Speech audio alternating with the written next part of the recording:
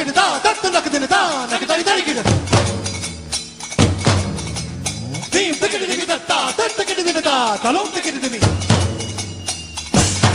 a little bit in the beginning and then... okay, then you put pressure on it.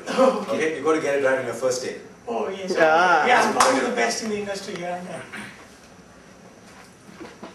Right, ready? Yes. You've got to get it right in the first take, okay? Yep. Okay, yes, pressure on it. I can see that, right? Okay. Hello and welcome to the Point Blank series of Indicast, where we talk to personalities from across the world who've done more than a mark in their field. And today I have with me a man of whom I'm a huge fan of. So I'm not going to waste time in introducing him because let me tell you one thing. He's never played a test match for India, but when he's on screen with the likes of Jeffrey Boycott, Tony Gregg, Ravi Shastri, Navjot Singh Sidhu and the likes, he stands tall. And he's got a tremendous sense of humor, enormous amount of energy, that beatific smile of his, and he's someone like one of those Bollywood flicks which are a hit with the masses and the critics alike. So let the camera pan on to the man that I'm talking to. Is that right? Okay. Harsha Bhogle. Thank you, Harsha, for being really very prompt on your emails, and thanks for doing this. That's right. I always wanted to tell you this since it's been a long time. I mean, since I passed out from my 10th, that you are a likable character on screen. I mean, you are a hit with the masses, like I just said. And as a teenager, I got a feeling that when you used to speak, when you were surrounded by all those experts in the commentary box, I got a feeling that, ha, apna's manus hai, types. I mean, and I've seen crowd go berserk with their posters saying, Harsha pray for Varsha, or Harsha for the president, stuff like that. So, you must have been a damn good actor to pull that one off. How did you do that? An actor. An actor, because you have to be, you created that character, Harsha Bhogle, on screen so that everyone loves you. My mom doesn't understand anything about cricket, but she likes you because of your humor, possibly. One of my problems is that I suspect I'm increasingly going to the mom's generation. Oh. No, I cannot act. If you've seen the one film I've been in, I played myself in it, and I cannot act. I think that's one thing abundantly clear. What happens when you act is at some point the act falls. And then you suddenly get shown up for what you aren't. Or rather what you really are and what you're trying to portray. No, I don't act. I'm exactly the same. Because it's complicated enough presenting a live telecast. It's even worse trying to be somebody else. So I'm just like that. And what are the elementary things that you might have learned in those precocious days? You were only 19 or 20 when you got in. So what are the things that people like Jeffrey Boycott and the likes told you? I'll tell you what, when I was 19 I was doing local cricket. I only did my first international when I was 23. Right. And that was on Doordarshan as well. So by the time I got to work with Jeffrey, it was 1993. In the Hero Cup. In the Hero Cup, one of the best cricket moments I've ever seen. When India beat South Africa in that final. It was South Africa, it was South Africa in the final. And almost instantly everyone in the final was West Indies. 6 to 12 in the final. 6 to 12, yes. When they beat South Africa, it happened the first time. When they beat West Indies, it happened the second time. All of them lit those torches. Right. And the Eden Gardens was like one flaming torch. It was something I'd never seen before. But it wasn't until 93 that I started working with proper professional television. Alright. Harsha, you like to use this phrase, young and fearless. I've seen that very often in your writing to describe the current Indian cricket team who won the 2020 World Cup. Now, let's cut to your life. When, as a 17-year-old or as a teenager, you possibly knew that you would pull it off, to be the first among people who never, because nobody had done what you did before. But were there moments of doubts when you thought, in your quirky little style, hang on, like to say that possibly you might be kidding yourself because you're searching a job in a job market that didn't exist, at least till then? You know, one of the dangers of what you just said is to over-romanticize what was actually a fairly simple path. Sometimes you do things and then you sit back a few years later and then you start to think, hang on, I actually did that, you know. But while you're doing it, you're not thinking, I'm going to reach that particular peak. Today's generation is far more focused, far surer of what they want. We didn't know. But the one big advantage that we had was that we had very little to lose. When you're earning a lot, when you've got too many possibilities in front of you, then you've got too much to lose. And so actually you start to take fewer risks. Because what you have is very comfortable. I didn't make the big jump. I keep telling people that. I didn't make the big jump. I did my first commentary when I was in college.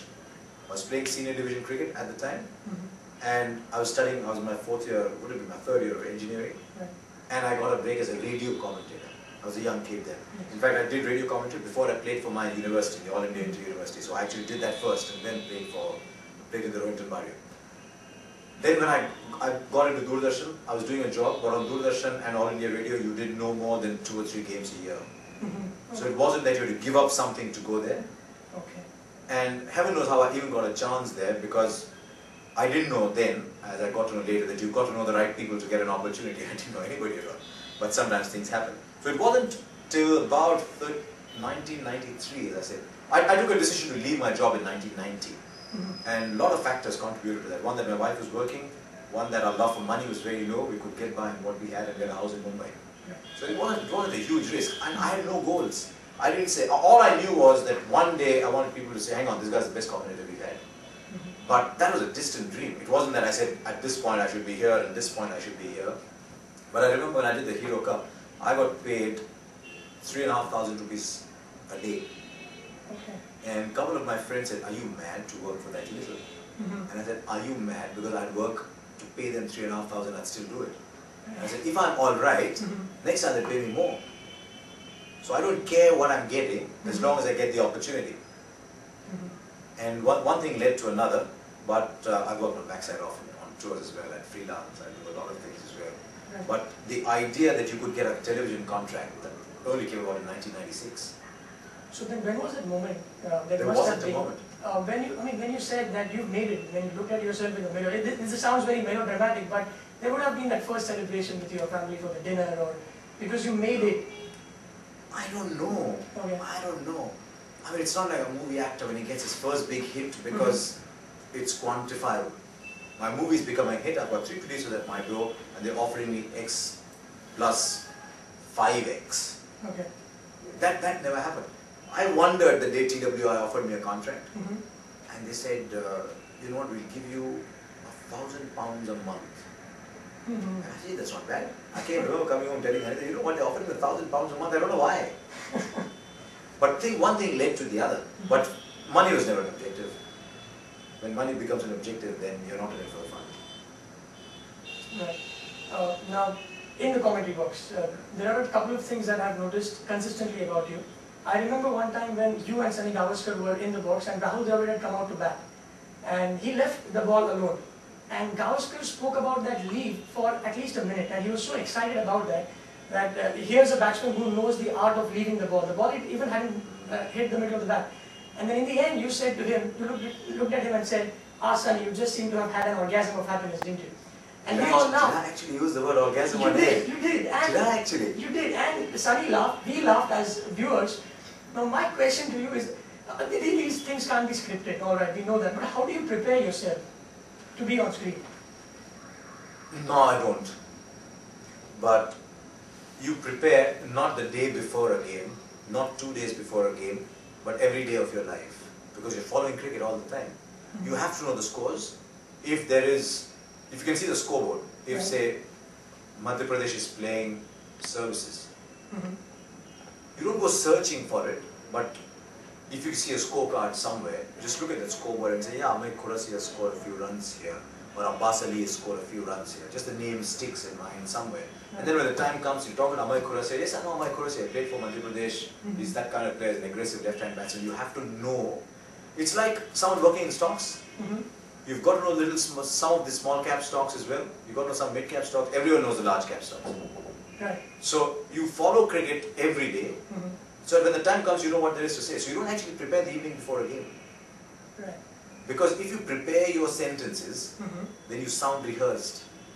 And if anyone on live television sounds rehearsed, then they're doing something wrong. Right. So every day when I leave home, I ask myself, have I got my scorecard notebook? Have I got X? Have I got Y? Have I got Z? And I've actually done this, and I pause, and I say, have I got my wits around today? Okay. The answer has to be yes or no. I mean, I'm answering it myself. But I do ask myself, have I got my wits around today? Right. I punish myself sometimes if I've not slept enough. Because I tend to have this habit when I'm on tours, I don't sleep enough. If you don't sleep enough, it shows. Like my eyes are showing now. My eyes are looking tired now. You can see that. If your eyes look tired, then it's not fair to the company that puts you up there. They'll not put you up there to have tired eyes. So you must sleep enough. You must rest enough. and you must be in a good mood all the time. Right. Soft skills. That's what they don't teach you at these schools, do they? Well, increasingly they do. Oh, nowadays, you're right. And then what is your occupational hazard? Because every occupation has an occupational hazard. My mom's a teacher and she used to sneeze a lot because of the chalk powder which used to come out. Now, does it happen in your case that you're talking to your son on your sofa set and suddenly you realize in the middle of the sentence that the cameras are not on you, you don't need to be, you can use slang possibly? You know what? Uh-huh. I suspect this is turning out to be a slightly boring interview. Not because of your questions, but because my answers are nowhere near as dramatic as everyone would like them to be. I myself, on television, I don't go rehearsed. I have an idea what I'm going to say where. I've got a rundown that I follow. I've got the producer talking to me in my ear all the time, and I'm listening to somebody. And it's a very dynamic environment. We know approximately what we're going to do. We follow a rundown. We know what tapes we've got ready. Nowadays they don't have tapes. It all comes off the disc. But nothing more than that. And then when I'm chatting with my kids, I'm completely different. I sing, whatever. So I don't think too much.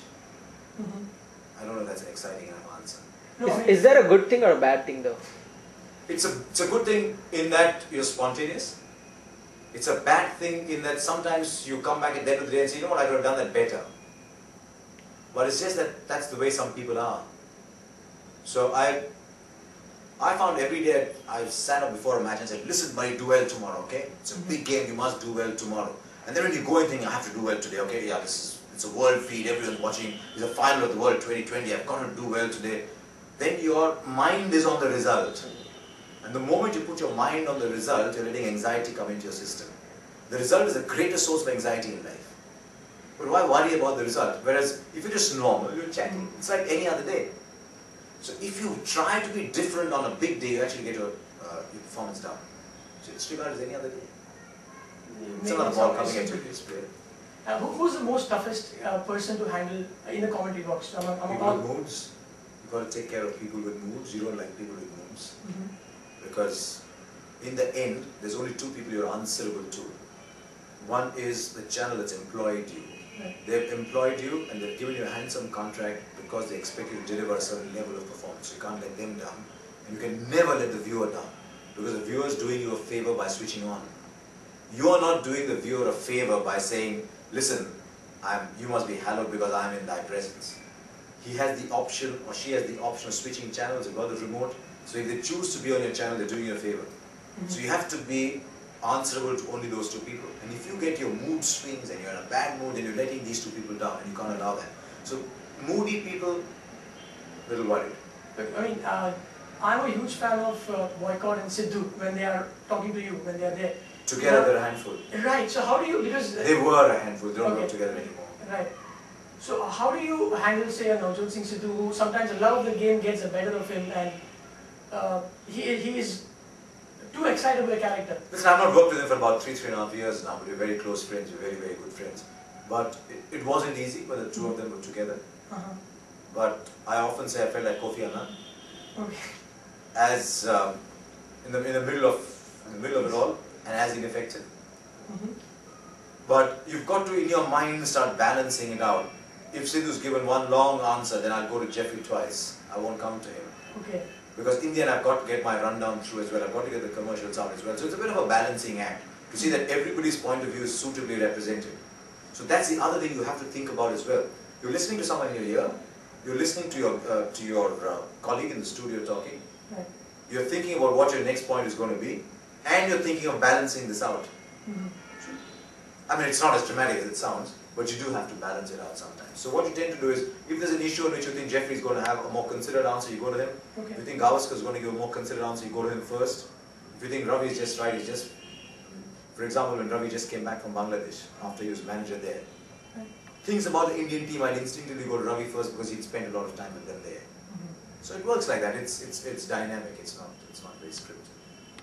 And when on screen, when you're talking about, say, Yuvraj Singh has had a very good year, suddenly 2 seconds later the statistics are up of Yuvraj Singh for that year. Now, do you and the TV crew work in tandem, or there are times when they catch up with you just after you've said? So sometimes. You know that those statistics are going to come up, most times. Because it's on the rundown. The reason I'm talking about Yuvraj is my producers told me that I've got these statistics and this piece of tape of action coming up, so now start talking about Yuvraj. So then I start talking about Yuvraj, and then he puts it on. He's talking to me in my ear all the time. Right. So he says, okay, that's enough. We're going to the next point. The next point is Yuvraj. I've got the stats up, I've got all this up. So then you move the conversation to Yuvraj, and that comes up. So it should look seamless. So I know it's coming up already. And even the That's on a studio show. Right. On commentary, I might ask for it. I might go on the lazy button where I would talk back to the producer and say, I want Yuvraj stats next. In your articles, you are very, very opinionated. Yes. And whereas you have an art to draw opinions from the experts when you are on air. Yes. Now, why is that? Because my role on television is different. My role as a newspaper columnist is different. I have a free hand as a newspaper columnist. But in television, and I think subtly I'm seeing them changing as well, but in television my role is to ensure that everybody's got a point of view and that a point of view is coming out. Right. So I try not to project my point of view too much, but actually if you realize I do it a little more subtly. But I'm acutely aware of the fact that even if I do know that Yuvraj is not leaning into his drive, Right. it will be accepted if someone else says he's leaning into his drive. If I say, why is Yuvraj pulling over his right shoulder, when that's a more dangerous shot to play than pulling over your left shoulder. But if I say, look, he's pulling over his right shoulder, that's not a good thing to do. Somebody might turn down and say, so when was the last time you pulled Brett Lee off your right shoulder? It's a stupid question, but it's a question people ask. Okay. So then I might turn to Ian Chappell and say, you used to be one of the great hookers of the game. Did you find it different when hooking off your left shoulder over your right shoulder? He's hooking off his right. Was that very different? Then I get someone who's played the hook shot very well to talk about it. I know the answer, but I'm getting it from a more authoritative source. And it makes them look good as well because they... I see my job as making them look good. Okay. I hope they realize that. No, but I do see that as a very inherent part of my job, that I must make the telecast look good. And making the telecast look good means making the colleagues on the telecast look good as well. And You play to their strengths. Right. You've always said there is the Australian way of doing things and the Indian way of doing things. And there's an English way of doing things and a Sri Lankan way and a South African way. Right. So what is it that, since you've been so close to all the players, I mean Indians or Australians, you've seen them, so is it that the Australians train that much harder or they have something for breakfast which is different? How do the Australians come out and it seem that they will win the match? I mean, as a viewer. Two or three things. One is all Australians grow up playing sport in their backyard.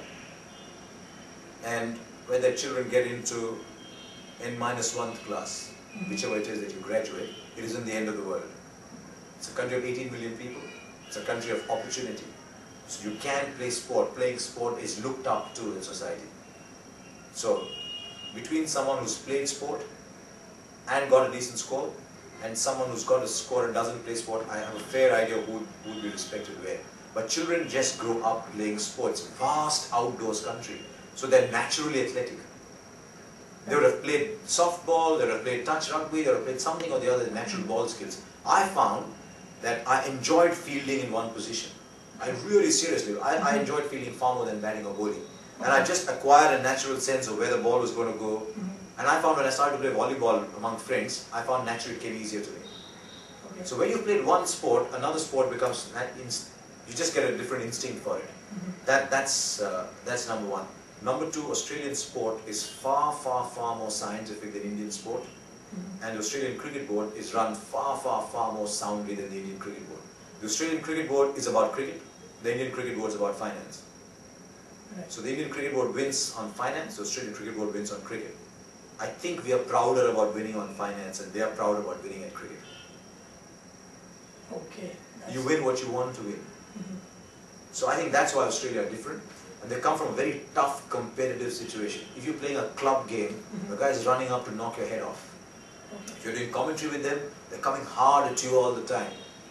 And they challenge your opinion all the time. They won't say, oh, this nice guy, he said something. I don't agree with him, okay, but he might look bad on screen, so let me not say that. They challenge your opinion. So everything is a challenge. But a challenge is not vicious, it's not malicious, it's just a challenge. So if I don't like you, I'll say, listen, I think you're talking nonsense. And you'll say, no, I'm not talking nonsense, this is my point of view. But everybody has a point of view there. If you don't have a point of view, you're not respected. And that's why their players are, cricketing-wise, a little more intelligent than our players, I think. Oh, okay. So that is why I believe they've been number one for that long. In India, we respect talent very much. And beyond a point, talent is a liability. It's your attitude that wins. Talent is a liability beyond a point. It's your attitude that wins. And in Australia, they've got a damn tough attitude. They come hard at you at everything that you do. Right. And that's why I think they're tougher players. I love the country. Talking about attitude, I mean, for us as viewers, Rahul Dravid, Saurav Ganguly and Sachin Tendulkar, there is so much written about these three. Most of it is shallow. I mean, we don't know what the truth is actually. Rahul Dravid doesn't talk much on camera. How are these three in person? You've seen them since adolescence. And how do they approach the game? Very different. I think Saurav Ganguly has far greater insights into the game than some people believe he does. Saurav Ganguly is tougher than a lot of people believe he is. And Saurav Ganguly is not a martyr that some stupid idiots try to make him out to be. He's a tough cricketer. If he wasn't a tough cricketer, he would have got this far. He knows what he can do, he knows what he cannot do. He's a tough cricketer. And he's good to talk to. Rahul is very studious. Saurav is very instinctive. Saurav is very emotional.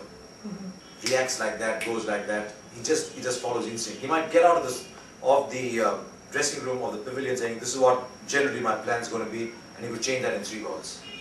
He follows the instinct. Rahul is far more studied, more studious. I think your background, the city you come from, the parents you've grown up with, all that comes in.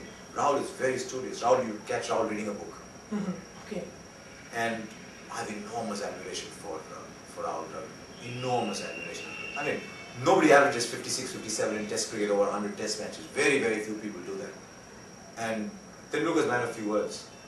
But he opens out with people who know him. And I laugh sometimes at the way we talk about Tendulkar. So I sat in my room and rolled my head back and laughed at people passing comments about the great man. They think, I mean, we all think, no? Tendulkar comes once in a lifetime. And when people come once in a lifetime, you just say thank you for the memories, thank you for the music. As they say, what does the ABBA song? Do you know that? Thank you for the music. Yeah. That's what you do with Tendulkar. You say thank you very much. It's not to say that you don't criticize him. It's not that you say you don't have a comment on Tendulkar, but you put things in perspective. How many people from 1989 to 2007 have played as consistently as he has? Nasir Hussain told me on our last trip to India, he says, you guys have no idea what you're talking about. He said, Tendulkar today, in today's form, we'll welcome him to play for England. He said, you guys don't know what you have. And one of the problems is that the media has become irresponsible. A good story is a bad story in the news, remember. If you say, I think Rahul Dravid is a good cricketer, it's not a story. If you say, I think Rahul Dravid is finished, it's a story. If you say, wow, Tendulkar's in his 17th year is still good, it's not a story. If you say Endulkar, it's a story.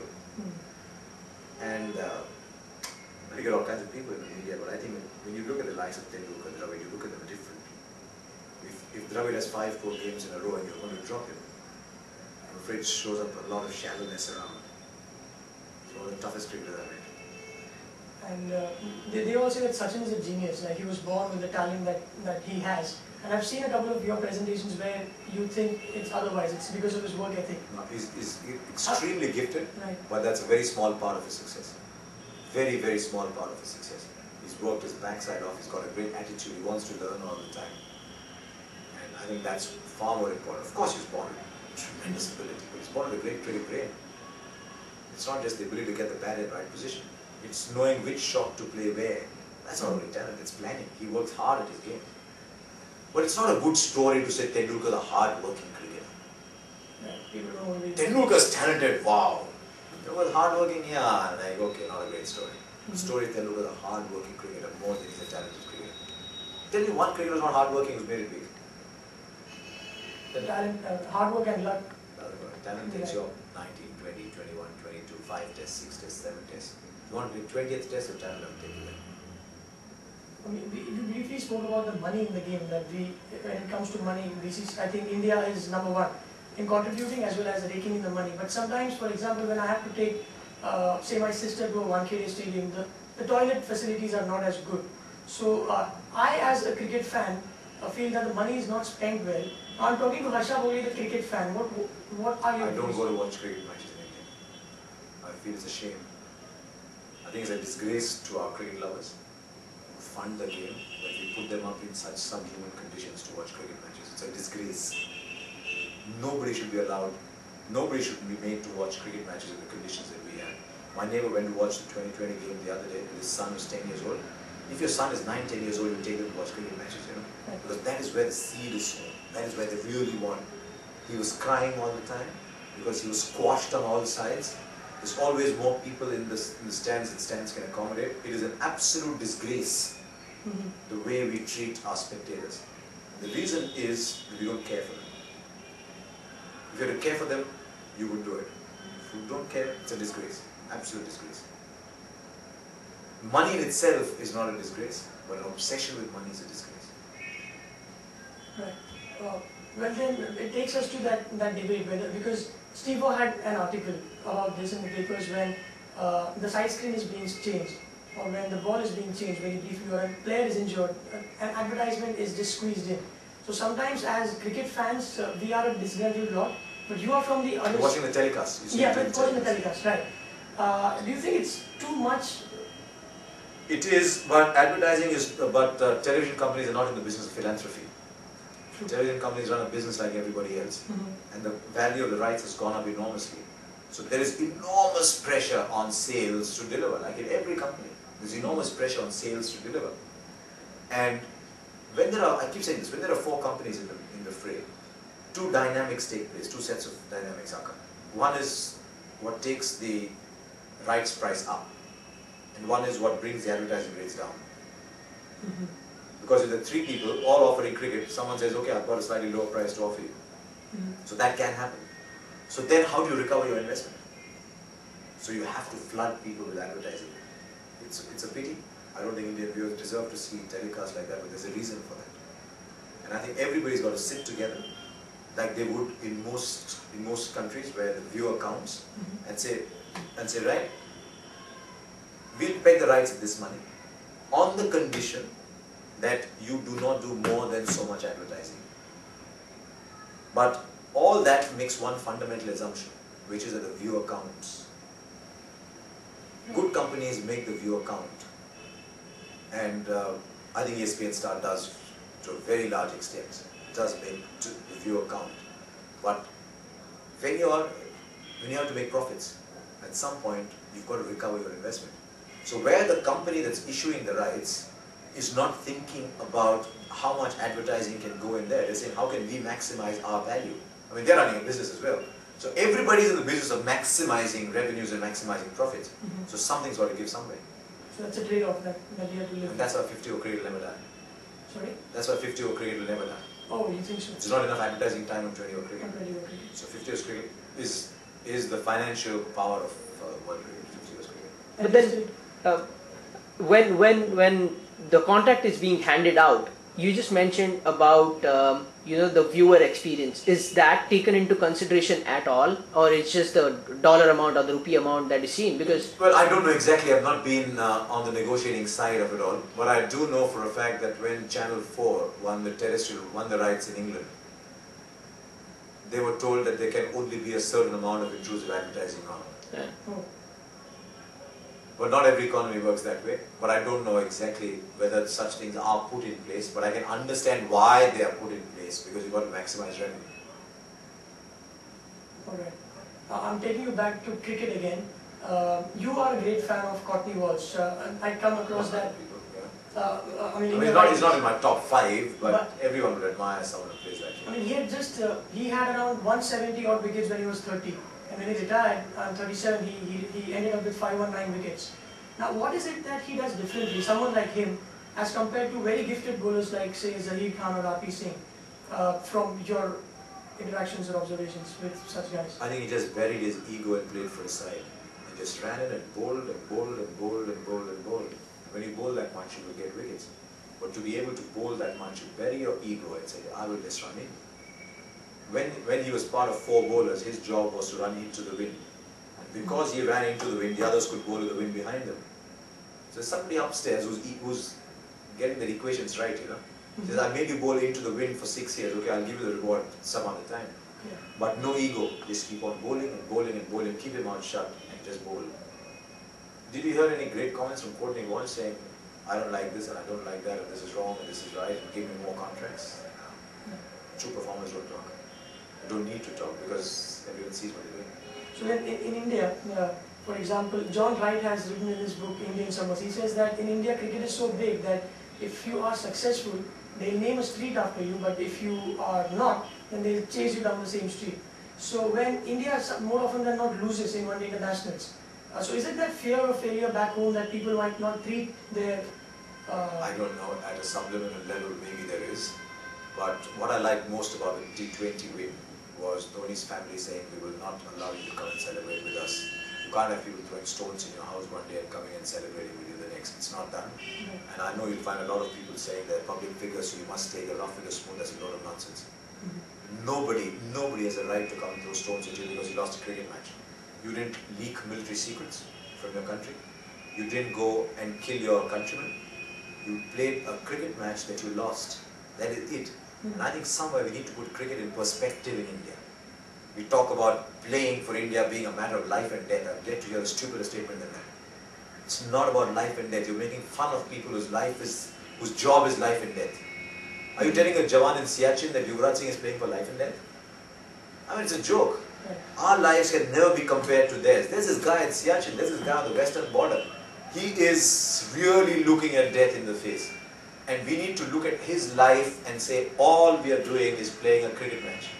You win a cricket match, you go home. You lose a cricket match, you still go home. You lose a war, you don't go home. And I think we need to put cricket in perspective in this country. I think cricket gets way too much importance, far, far too much importance. A lot of things said about cricket are stupid. Because we've lost our sense of perspective on cricket. Cricket is a game, cricket is a sport, and that is it. At the end, everybody goes home. And I think we need to understand that. But then it's not going to happen. Even How if can you throw stones at someone because you lost a cricket match? If I do a bad interview, will you throw stones at me? Is it the culture then? Because we keep doing that. It's not for the first time. Eden Gardens had done because that. Because people build expectations up.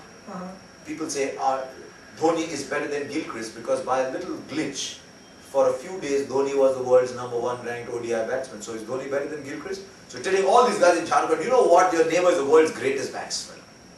And if you're saying your neighbor is the world's greatest batsman, you're building up their expectations.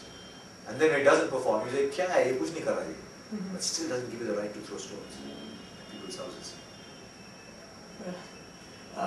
A last couple of questions. I know I've already overrun the 20 minutes.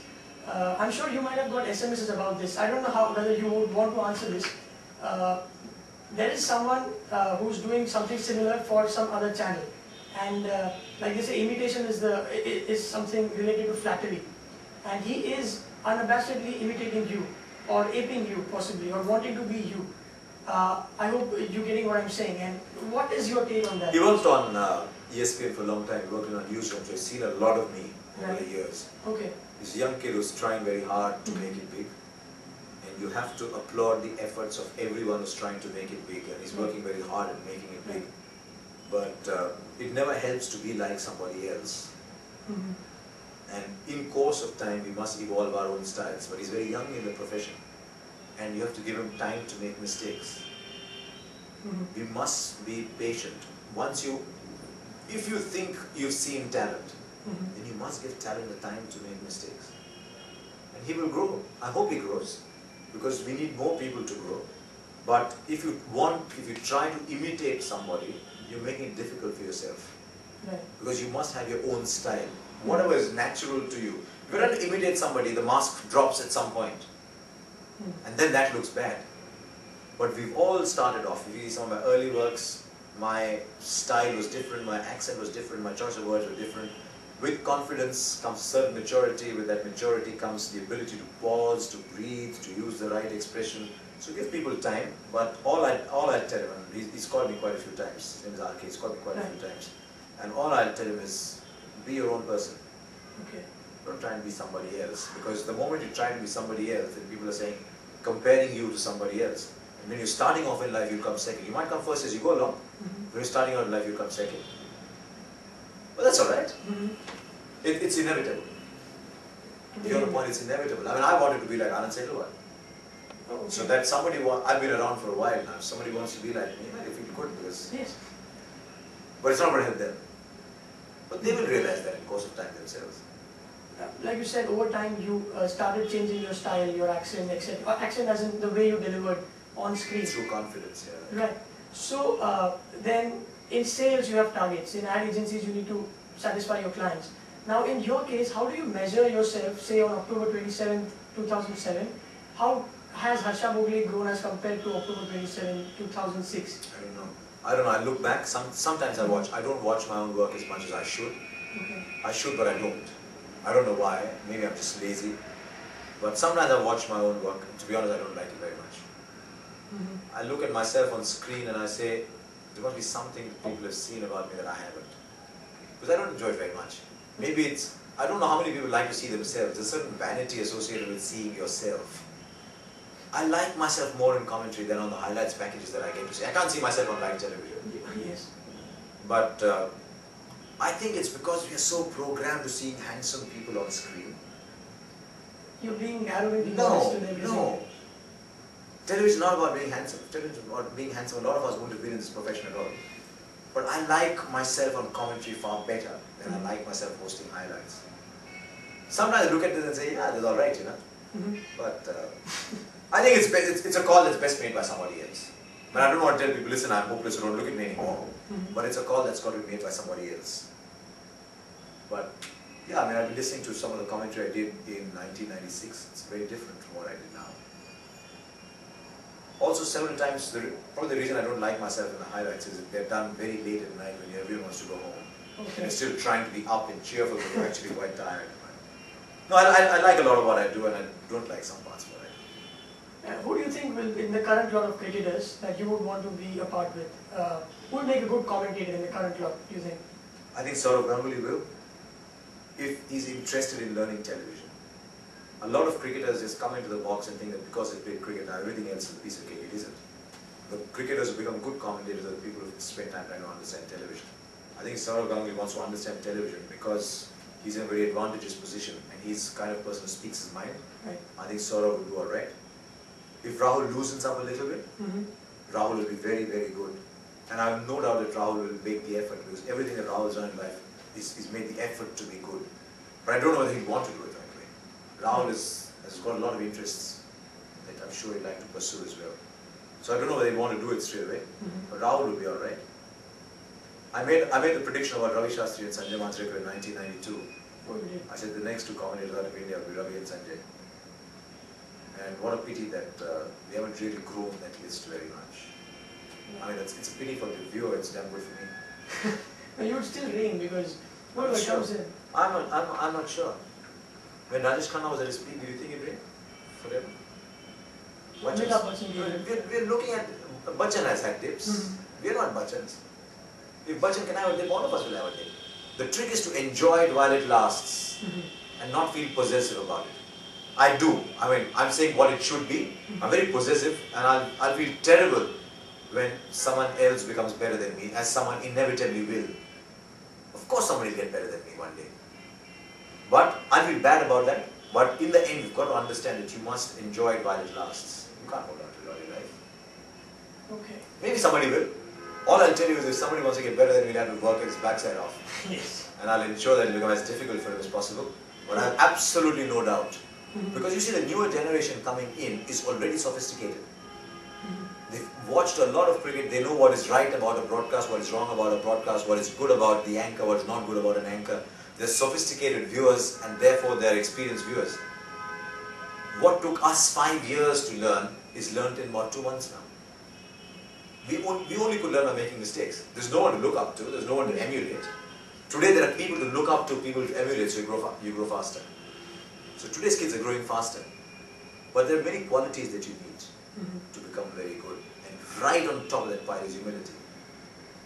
Very, very high on that pile is humility. And I see a lot of kids getting into the profession today who want to become television stars in 3 months. And I say more power to you. Because the more people who want to become stars in 3 months, the less people there will be coming up. Because you won't come up in 3 months.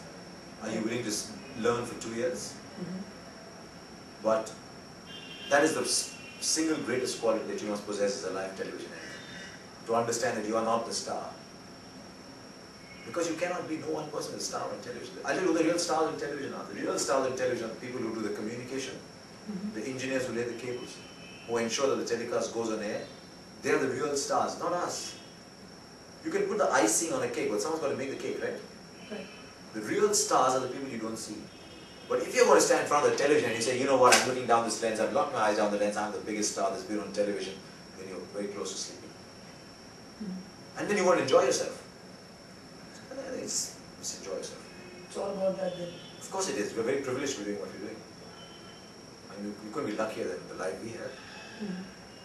So yeah, I'm jealous.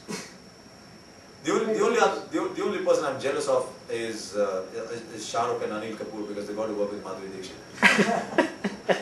But I still would exchange my job with theirs. I wouldn't exchange my job with anybody else in the world. The only bad thing about my job is it keeps me away from the family. But I would not exchange my job with anybody else in the world. But we're not very lucky to be doing what you're doing, so you can't take it for granted. Yeah. But then with you know now, if you've played a decent amount of cricket, first class, you have a good shot of at becoming a commentator. But then how do we ensure, or how do we get Harshas into the commentary box now? You will not. So You will not. You will not get another me. Because the system will not allow that to happen. Today, if you've got a very talented young kid, he's got to be 100 times better than a first-class cricketer. 100 times better. Not 3 times better, not 5 times better, 100 times better. Have you seen the domestic cricket coverage in India? rarely. Don't. Watch it on mute. There's some good commentators there, but there is absolutely no chance for a young kid, because the BCCI says that the rights holders, only first-class commentators are allowed to do first-class cricket. And I laugh at that. I say, thank God Ratan Tata runs his own company. He'd never get to head his company because he's not a truck driver. But I feel very, very sad. There will never be another non-cricketer commentator in India at the way we're going. And that's sad, because I'm sure people want intelligent conversation as well. Not to say that cricketers cannot deliver intelligent conversation, but we make an assumption that cricketers can do commentary alone. But sometimes it's a fair assumption, sometimes isn't. So, young kid 19, 20, 21, feel very sorry for them, because the amount of talent there is in India is staggering. So, I mean, they should not be wasting their time at all in getting into something that... I don't know who's getting the breaks.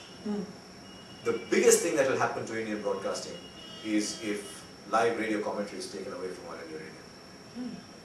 And if it's opened out to private broadcasters who will then look for bright young kids who will be good at radio commentary.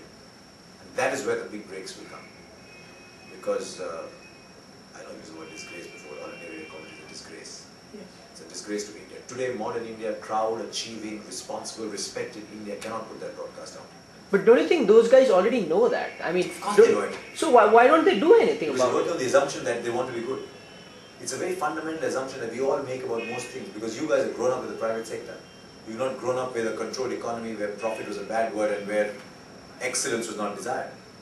Because you guys have not seen that kind of world, you assume inherently that everybody wants to be good.